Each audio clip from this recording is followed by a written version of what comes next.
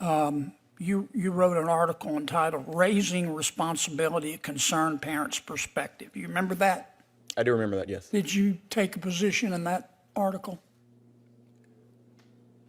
I recall my position being talking about how am I going to address issues with my So children. you did take positions, unlike what you told Senator Durbin. What I told Senator Durbin that I try not to take positions. Okay. Well, I want to read you from your article. Quote, your words, not mine. Needless to say, I have a guarded opinion about the police. How do I teach my sons to respect them and fear them at the same time?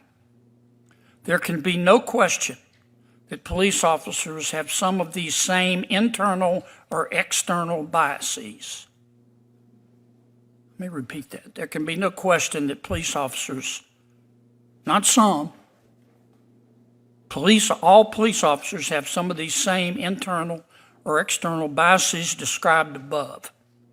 Do some of them view black males differently than others? I think so. Sounds like a position to me. Do some think black males are more dangerous than others? I think so. Did I read that correctly? Yes, you read that correctly. All right, now, and then in May of 2019, you remember writing an article for a publication, the title of the article, the title of your article in which you say you didn't take a position was called The Federal Dungeon Part 2, Court Proceedings. You remember that? A tense Senate confirmation hearing erupted into a dramatic showdown when Senator John Kennedy confronted judicial nominees over past writings and controversial public statements. What started as a routine questioning quickly turned into one of the most uncomfortable political exchanges of the year, as Kennedy pulled out article after article, forcing the nominees to defend opinions they once strongly expressed.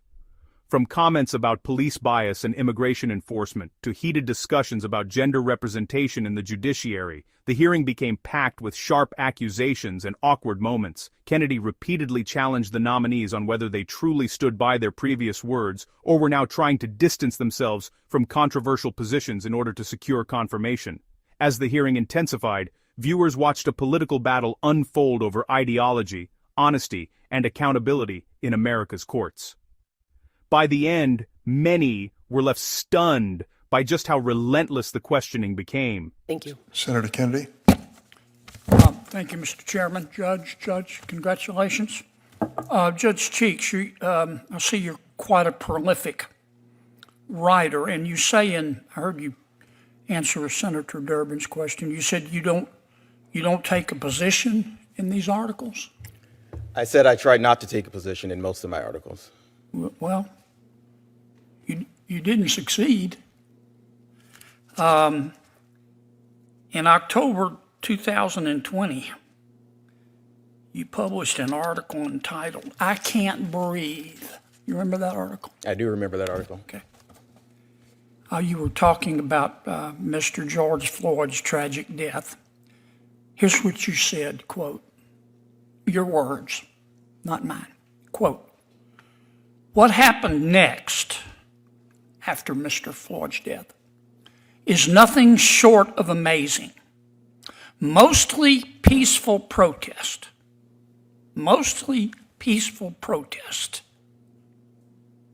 broke out almost immediately in Minneapolis, and the use of excessive force by police officers became the villain in a sea of protesters, end quote. Did I read that accurately? That sounds correct, yes, Senator. All right, and then in October of 2019, you wrote an article entitled Raising Responsibility, a Concerned Parent's Perspective. You remember that?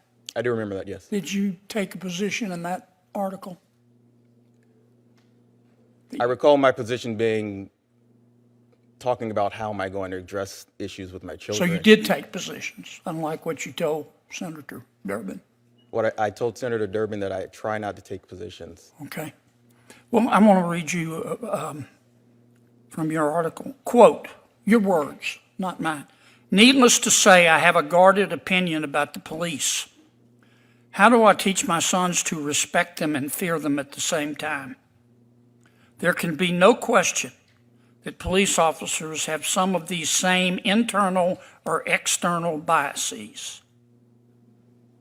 Let me repeat that. There can be no question that police officers, not some,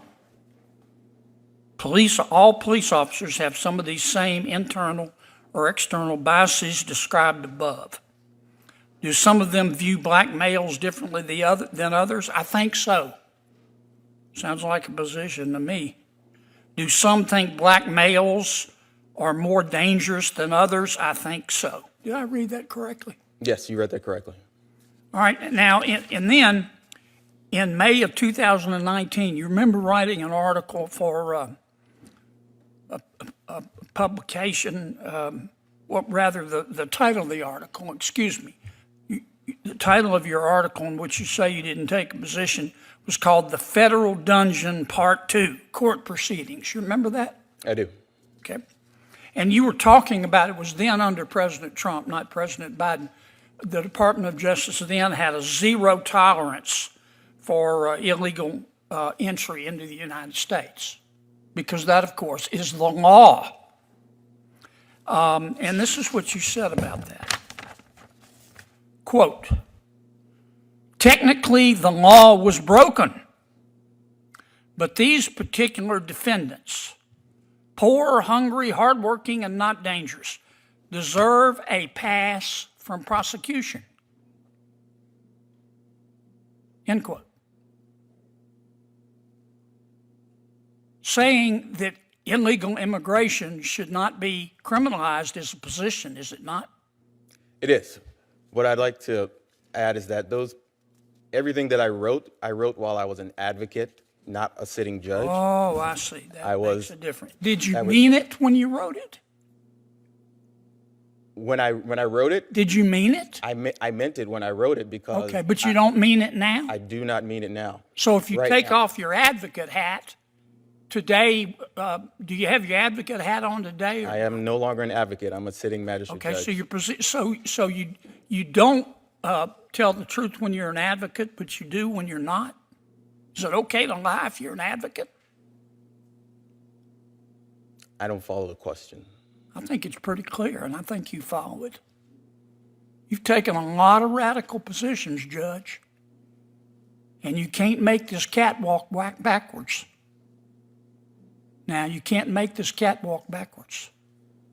I have one question for our second judge here. Judge, you remember a couple of years ago going on a broadcast called Visible Voices Podcast? All right. Here's what you said. It was just a couple of years ago. Mm-hmm. So we're not talking way back in law school or anything. We're talking about a couple of years. You'd been on the bench how long? 8 years then? I've been on the bench almost 10. Yeah. Well, but when you said this in front of God and country, you'd been on the bench 8. You said it in January 31, 2022.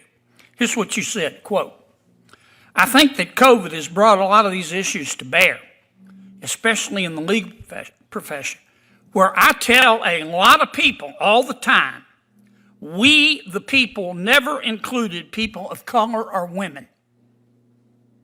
When you have an institution that is set up by property-owning white men for 200 years or so, it wasn't geared toward thinking about what would be the best work schedule or how we could really incorporate women with children in this field.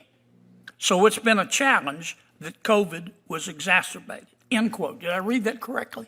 Yes, Senator, you did. And then you go on later in the podcast to call for quotas based on gender, don't you? No, sir, I never, Yes, you ever do. claimed If the anything senator about will give quotas. me time, I'll read what you said.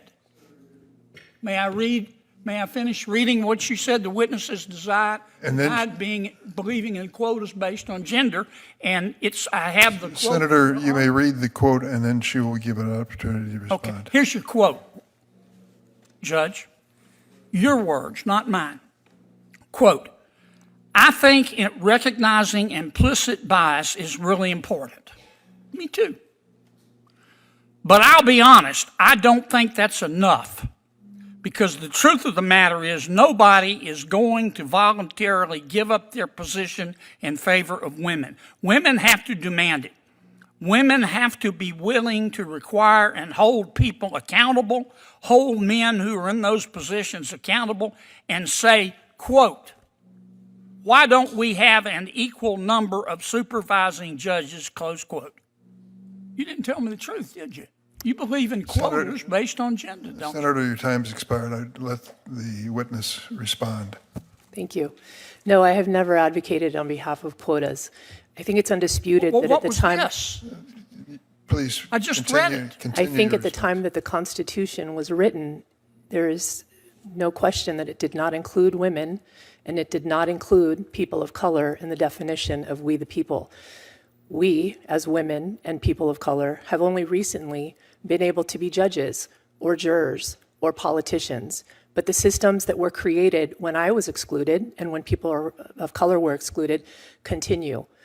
All I was commenting upon is that the diversity in the judiciary builds integrity in the system and public confidence in those institutions. I never mentioned anything about quota. Thank you. Good try, Judge. Senator Butler? Good try. Good try. In the end, John Kennedy showed exactly why so many Americans view him as one of the toughest questioners in Washington. Rather than allowing carefully scripted answers to slide by unnoticed, Kennedy came prepared with detailed quotes, public records, and direct statements that forced the nominees to confront their own words in front of the country. Supporters believe his questioning exposed serious concerns about whether some nominees were attempting to distance themselves from controversial positions simply to secure confirmation to powerful judicial roles. Throughout the hearing, Kennedy stayed focused on accountability, transparency, and the importance of understanding the true beliefs of individuals who could shape America's legal system for decades. While critics may call his style aggressive, many viewers saw a senator determined to protect the integrity of the courts by demanding honest and straightforward answers without political spin. As confirmation battles continue becoming more intense and politically divided, moments like this remind Americans why John Kennedy remains one of the Senate's most outspoken and effective voices during high-stakes hearings.